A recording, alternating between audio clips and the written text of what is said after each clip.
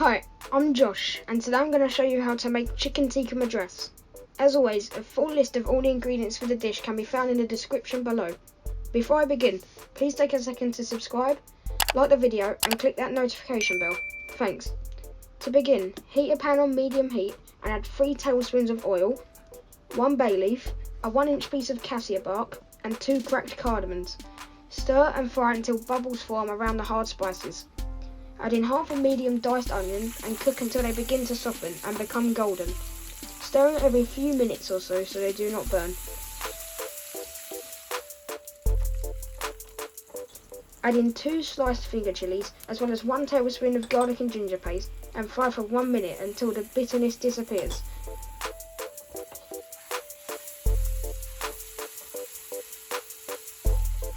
When it has, tip in 2 teaspoons of tomato paste mixed with 6 tablespoons of water.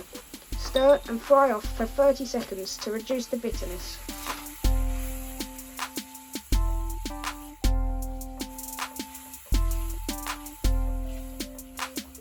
Now add 1 1/4 teaspoons of coriander powder, 1/4 teaspoon of cumin, 1/4 teaspoon of turmeric, 3/4 teaspoon of garam masala, 1/4 teaspoon of salt, and 3 to 4 teaspoons of chili powder, and stir through.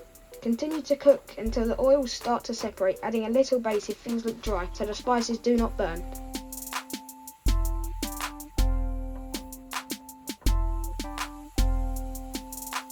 Add around 125 milliliters of heated up base gravy, stir in and allow to reduce for a couple of minutes without stirring.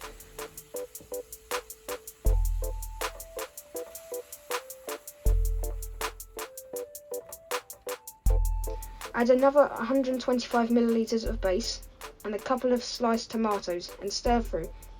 Again, allow to reduce for a couple of minutes without stirring.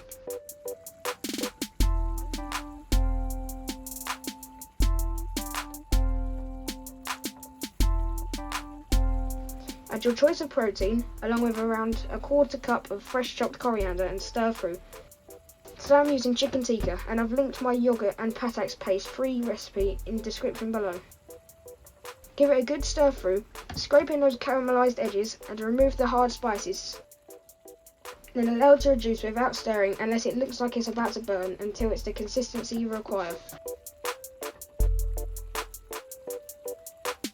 Serve decorated with a little more fresh coriander and some sliced red bird's eye chilies.